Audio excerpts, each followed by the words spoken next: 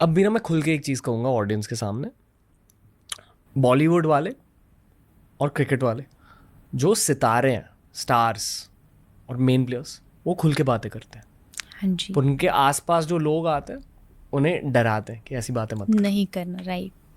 क्यों? क्योंकि हर किसी को इम्पोर्टेंट फील करना है अपने जॉब में, पर ऐसे कोई भगवान को नकार के इम्पोर्टेंट कैसे हो सकता है?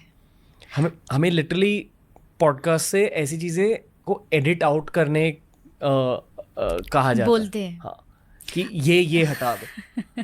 तो कुछ लोगों से मैंने कहा कि यार ये मेन चीज़ है पॉडकास्ट में, ये क्यों हटाना? क्योंकि उनके अकॉर्डिंग ये उस स्टार के लिए या उस एथलीट के लिए बैड पीआर है।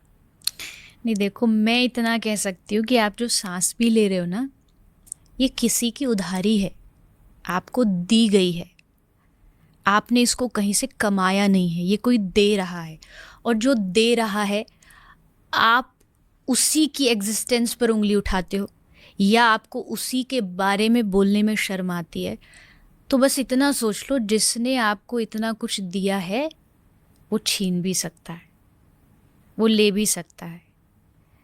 इस घमंड में कभी नहीं रहना, कोई भी।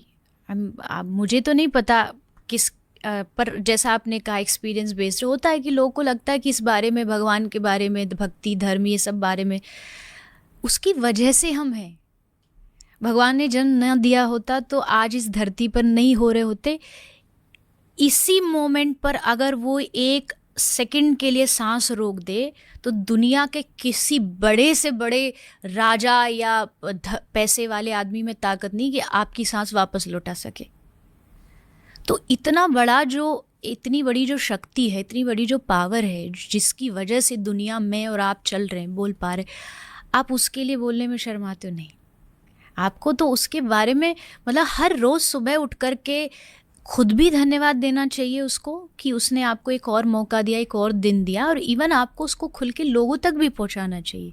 वो आपकी शक्ति बनेगा। भगवान के बारे में जो लोग बातें करते, आपने कभी किसी को देखा कि कोई संत या भगवान की बातें करने वाले डिप्रेशन की गोलियां खा रहा है? किसी संत को डिप्रेशन की गोलियां खाते कभी सुना हो? मैंने तो शायद नहीं सुना आज तक।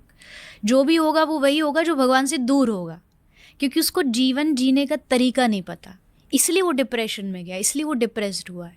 तो उससे अगर आगे आपको बढ़ना है तो उधर तो आपको जाना पड़ेगा, भगवान की ओर जाना पड़ेगा। तो जो ऐसा सोच रहे हैं, आई थिंक वो ये पॉडकास्ट सुनेंगे तो नेक्स्ट टाइम वो भी ऐसे खुल के माइक पे बोलेंगे, नहीं, मैं उठता हूँ, मैं पूजा करता हूँ, क्योंकि वो मेरी लाइफ का एक हिस्सा है।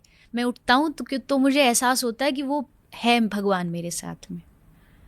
तो आई होप लोग समझे इस बात।